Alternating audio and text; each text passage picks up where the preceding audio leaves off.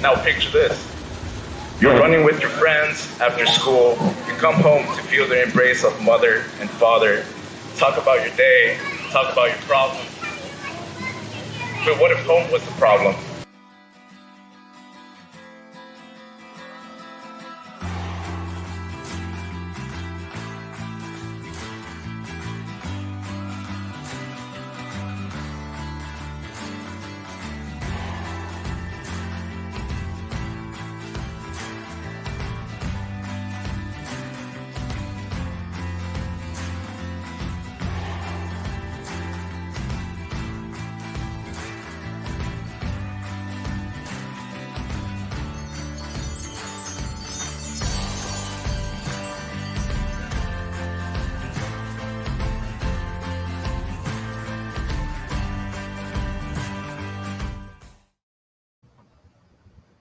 Well, hello, everyone. Welcome to Reggies Sleepout 2021.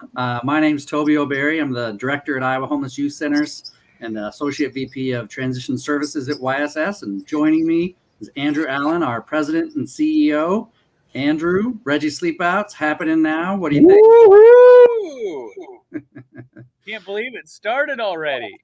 It is. We're excited. We kind of have some twists and turns and wrinkles for this year for people that are camping out and participating this year. We'll talk a little bit about that tonight. And we're just excited to be back again in our communities, raising funds for homeless youth, to be able to kind of give back to the community. Andrew, we kind of have some new changes for this year, some kind of tweaks a little bit, and some things will be a little bit the same, but maybe you can share kind of what's changed with the event, and kind of what that's going to look like this year. Yeah, well, obviously in the midst of a global pandemic, we had to pivot last year and came up with a really unique model. While Reggies Sleepout has always been an event-based fundraiser, Drake Stadium generally in Des Moines, we've done it at Jack Trice Stadium and a couple other places. It made sense to pivot and hold the event virtually. So Reggies Sleepout at Home was born, and last year we had a great event.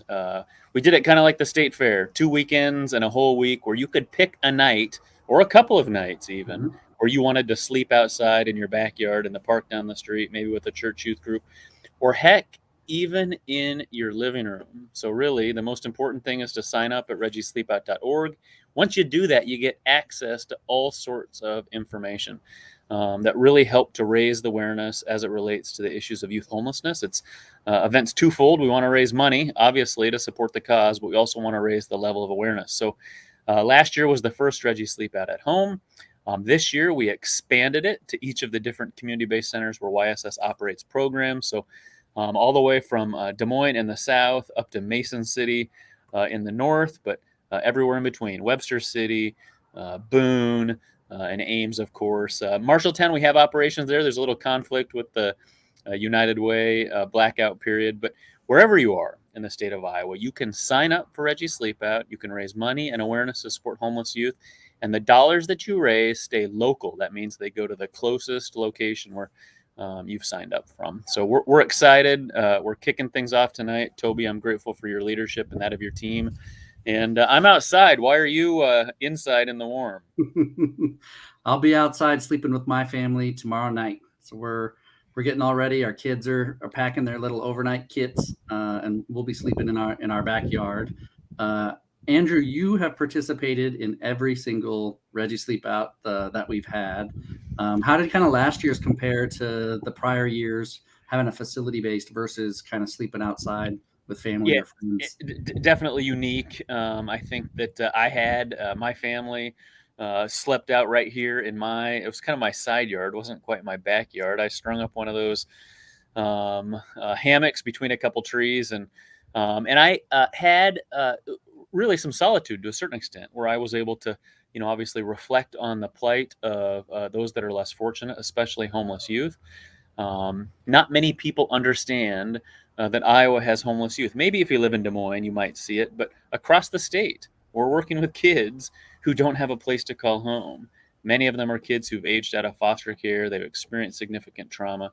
And participating, I think, in a smaller group, Toby, gives you a chance to really to get out of the the festive atmosphere. And again, you can create your own festive atmosphere in your backyard, but to really hone in on the reason that we're doing the Sleep Out, which is to raise awareness and money for homeless youth. So definitely different. I look forward to the day when we could maybe do a hybrid, right? So we all get together in each of the communities where we operate. We sleep in boxes. We have a festive environment. We're able to come together, but then also for those that aren't able to make a specific event at a specific time, that we give them the opportunity to do it on their own. Yeah, I agree. I think that's the beauty of this event is we can really tailor it to the community and tailor it to what's going on externally from a safety standpoint. And I think the sky's the limit on how the impact is created from Reggie Sleep Out from year to year. The event is named Reggie Sleep Out. It's in honor of Reggie Kelsey. Maybe if you could just share briefly a little bit about him and about the reasons for remembering him and kind of what that cause was started for. Yeah, I tell Reggie's story regularly in my role. He passed away 20 years ago this year. And unfortunately, oftentimes it takes something tragic in order to create real change. And that's what happened. And that's part of the reason we remember Reggie through the event, but then also through tens of thousands of kids who've benefited after his death over the last 2 decades. Reggie was a young man who was in the foster care system. There were services for him and a family actually in foster care that I'm sure loved and supported him as best they could until he turned 18. At the point that he turned 18, there were also services for him as an adult, but no great way to make the connection. And so Reggie floundered on the streets of Des Moines for a few months and ultimately was found dead in the Des Moines River. And what happened was Clark Kaufman of the Des Moines Register shone a bright light on kids slipping through the cracks. He told Reggie's story. He, raised awareness, and the state legislature stepped up that year and said, we've got to create a safety net. And they put out an RFP for human service agencies like YSS and others around the state to provide said safety net. YSS applied, we got the contract, we developed alongside many partners, the Iowa Aftercare Services Network. We've been doing this work for over 15 years, supporting kids who've aged out of foster care across the state. We work with 7 different subcontractors, so if we don't have specific facilities and locations and people in an area, we work with other partners. But every young person who ages out of foster care today, every single one of them, and there's nearly 500 a year, has access to 3 years of support, financial, and we don't call it case management, Toby. It's a word that I think you might have coined or at least appreciate. We call them advocates. So they can get an advocate who's championing them in the areas of education, employment, safe housing, and life skills. So I think that Reggie's memory lives on. I generally see at both Reggie's in Des Moines and Ames, Reggie's sister I will run into, who's a staunch advocate for homeless youth. And it's just a really unique way to remember a young man who suffered such that other people could benefit. And today I'm grateful to lead the organization that's part of the coordination for the Iowa Aftercare Services Network. And Toby, I was at your shop today right downtown Des Moines, and before we opened our doors in the morning, I talked to half a dozen young people who were staying at SIS, the adult homeless shelter, who most of them were, 18 to 24 years old, transition age youth, homeless in Des Moines, looking for help. And that's what Reggie Sleep Out does. Yeah, I think while it's a significant tragedy that he passed, I think remembering him and honoring him in this manner is the best way we can keep this issue at the forefront of all the communities where we operate. And I do think the Iowa Aftercare Network, which provides services for youth who've aged out of foster care in our state, is one of the better programs from a statewide approach versus some other states that sometimes come and research the services that we're providing for youth that age out of the foster care system. So we're very fortunate to have the Aftercare Network. I wish we had that when Reggie was around, but I know that it's not in vain, and his passing helped cause that to be created here in the state of Iowa. And that is one of the things that's kind of changed over the past 20 years from when he passed. Even just like you and I had talked a little bit earlier today about some of our housing models that we provide in the community. Can you share a little bit about kind of what that looks like for transition age youth? Yeah, you bet. It's funny. Toby's asking me these questions, he's the one that runs these programs. So this is like a quiz for me to be sure that I've got it all right. Toby plays a significant role, not just as the community-based center of the Des Moines-based operations, Iowa Homeless Youth Centers, but he leads all of transition services across the agency. So we're one of the few nonprofits, one of the few youth-serving agencies that's able to work with kids past their 18th birthday, up to age 25 in some circumstances if they qualify. So you're right. For a long time, YSS has been, blessed to be the recipient of some federal funds to do transitional living. And kids that are in transitional living can be there up to 2 years. But at 2 years, they've got to move somewhere else. And so that's not really the permanency that we're going for as a community. Those kids were still considered homeless. And a new model emerged a few years ago called Housing First and permanent supportive housing. And, really trying to ensure that we got kids, homeless folks in general, into houses first, got them stable, surrounded them with services such that at the point that we might not be providing the direct advocacy or case management, they're in a place that's stable and secure. So YSS has, I think, just in Des Moines, more than 80 units that we're managing, maybe across all of our locations, 80 rapid rehousing units where we've got stipends for kids and financial support to, help them pay the rent. And then it tapers off over a period of time such that they've got jobs and can be stable. We still do the transitional living programs. Most of our transitional living programs are in Des Moines, but we're also operating them in Ames and Boone and Marshalltown and Mason City as well, just over the past year through expansion of services and the outreach of your staff. Yeah, I'm very kind of excited about that rapid rehousing model. I think it's the wave of kind of the future and best practices of supporting transition age youth that are homeless.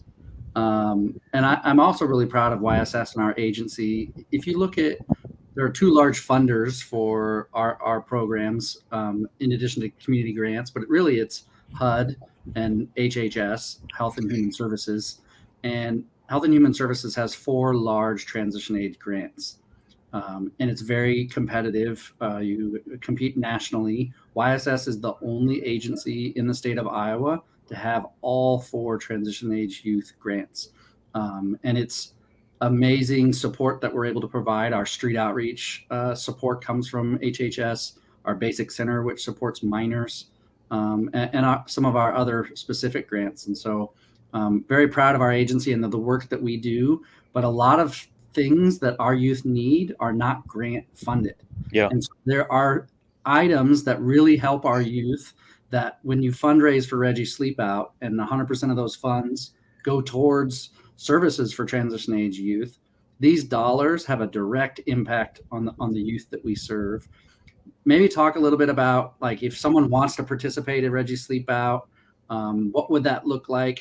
How would that go? And kind of talk through maybe that viewer, someone who hasn't signed up yet, but maybe should. Yeah, it's easy. I mean, when we were facility-based or kind of had a specific event, what you had to do is know the date. You had to be available at a specific time. You had to show up before we locked the gate. You had to sleep out in a specific location all night long. Participation today is so much easier. You just go to reggiesleepout.org. You can Google it, and it pops right up. You click the register link. You take just a few steps, and you're registered for the event. And once you do that, you get access to all sorts of information. You don't see them here on the screen, but Blake's behind the scenes, ensuring that he's cranking out information almost every day about the plight of kids that we're serving, about the needs of youth homelessness, about the resources that are available. So just by simply registering, I won't know if you don't sleep out. I'm expecting if you do register, you will sleep out. but just register, which gets you access to the start of the information. That's my first request. It's simple. You can see right there on the website, we've raised $95,000. We're a third of the way there. So I think we've got a big goal of 300,000, but essentially the majority of the funds that we raise, we've got a third of the way there before we even started, which was great. And we've got 2/3 of the way to go. It's friends asking friends. So once you register, you're going to make a gift yourself, but then you're going to go ask all your friends, hey, I'm sleeping outside to support homeless youth in Iowa. You didn't realize that was an issue, but I'm here to tell you that it is.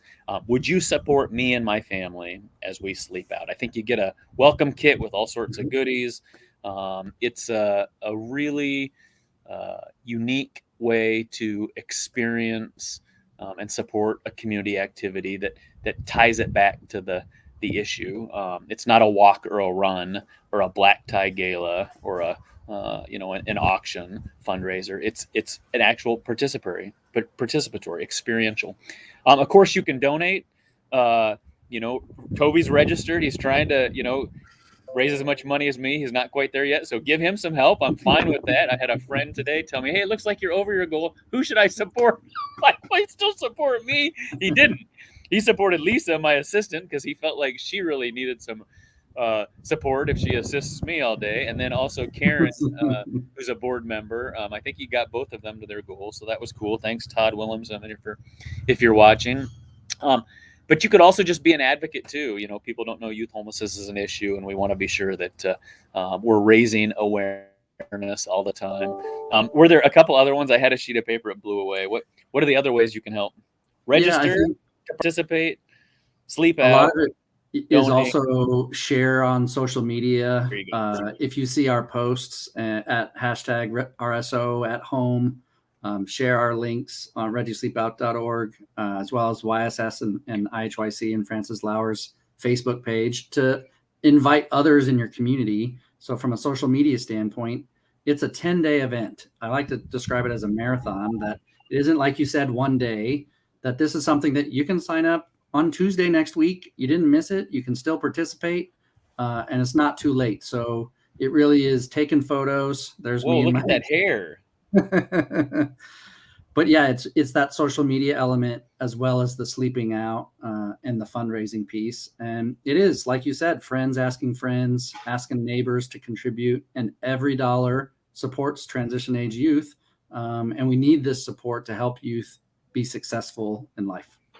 Yeah. And I used to have a friendly competition with state senator Jack Hatch. He and I would, fundraise and, kind of teeter-totter on the leaderboard. I used to raise a lot more money when I had my job at principal, and part of my role was to represent the foundation. So now I'm always asking people for money, so I raise a little less. But I'll put a challenge out there. If anybody raises more money than me, I'm in for another $2,500. So my family would commit $2,500 if anybody can out fundraise me in this year. And I hope you do it, because all of these funds go to support homeless youth. I had a 20-minute conversation. I like to interact, of course, with our young people all the time. This conversation that I had this morning outside of your shop with these 6 kids was just so impactful to me on the day of the start of Reggie's Sleepout. To have this interaction with kids that are sleeping at the adult homeless shelter, which is no place for an 18-year-old boy or girl to be hanging out with 60-year-old homeless folks. I'm glad that they're safe in there, but oftentimes they're not safe. And so YSS is bringing to bear resources that are really specific to transition age youth. And all those big federal grants that we get, they only pay 10% admin, or whatever the admin is they pay. It's not enough. So every one of these grants that Toby's successful at getting, it actually creates a liability for the organization. We have to go out and raise more money in order to provide the service fully. So definitely need your help.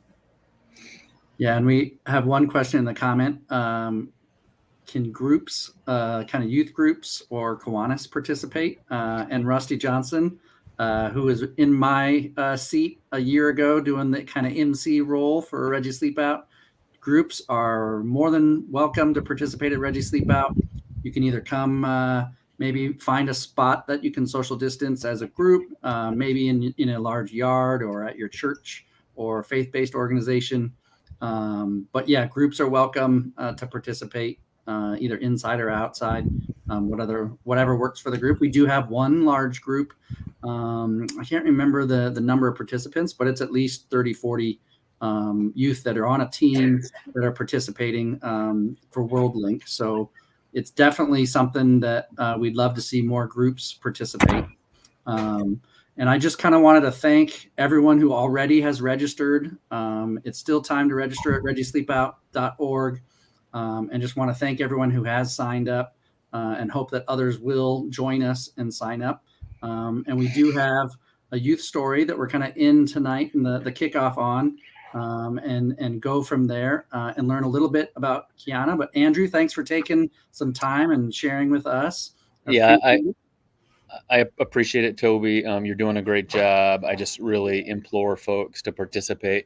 I'll tell you, we've not had as much participation this year as we thought that we would as we took this thing statewide. And I do think that there is a real unique element to getting together with all of your friends or people that you might not know in an event space like Drake Stadium. Having said that, you can create your own event, right? And we need your support now more than ever. We just announced more support through the Department of Human Services to, kids who've aged out of foster care. Their plight is a tough one. They've experienced significant trauma. They're at high risk for mental health needs and addiction and even human trafficking. And so I'm grateful every day to get to do this job. We need partners from the community like those that are watching and will watch this later to sign up, reggiesleepout.org. It's simple to tell your friends. That's the way that most people get invited to the event is through the advocacy of others. So thanks, Toby, to you and your team for all that you're doing. And I look forward to the next 10 days. Sounds good.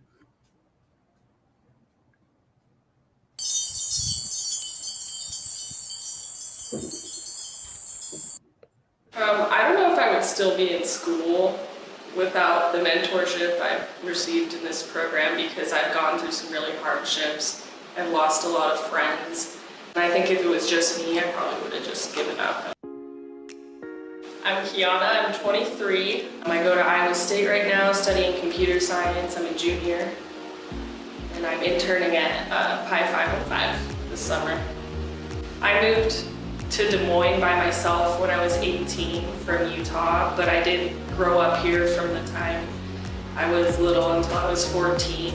When I went into nursing, I was just trying to find something that I knew I could get a job, because my life really lacked stability. So I was just like, this will be great. I'll always have a job. I won't have to worry about money. But I was so miserable because that's just not for me.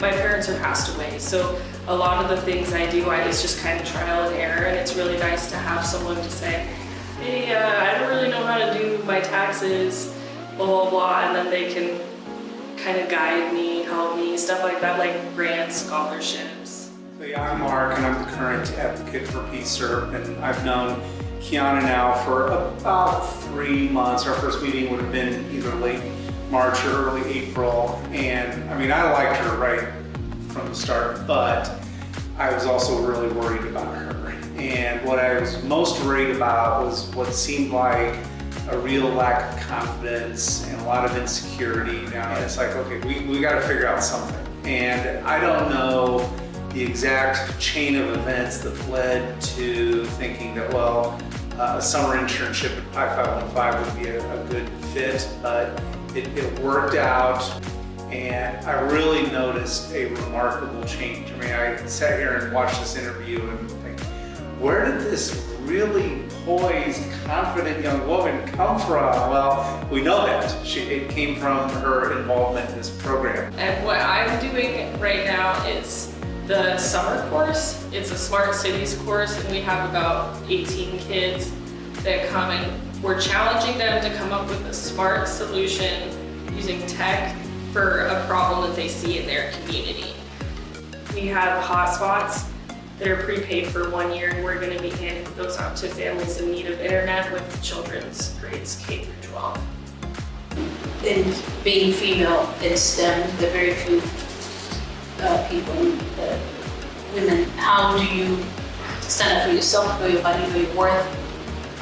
It's learning to negotiate your worth. I think sometimes when we say girls should be in STEM, we don't realize that we have to instill courage and confidence. What I really admired was her leadership skills. And I texted her one day, randomly, and I say, "You are a leader." Yeah. And they're like, "What?" I said, "Yes, you are." And just because she took in this new intern, like her own, and just told her, "This is what we're gonna do," sharing tasks and responsibilities.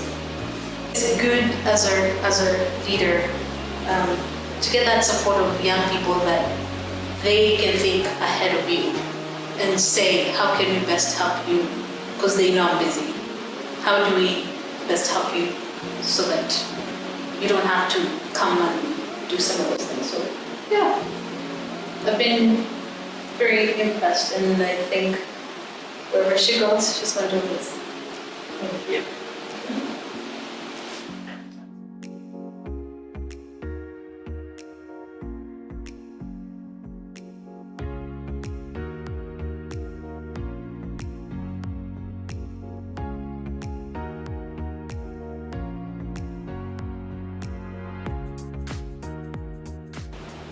What you guys do is really great, and I really appreciate it, and I'm sure the other kids in the program do. And more people need to hear about it.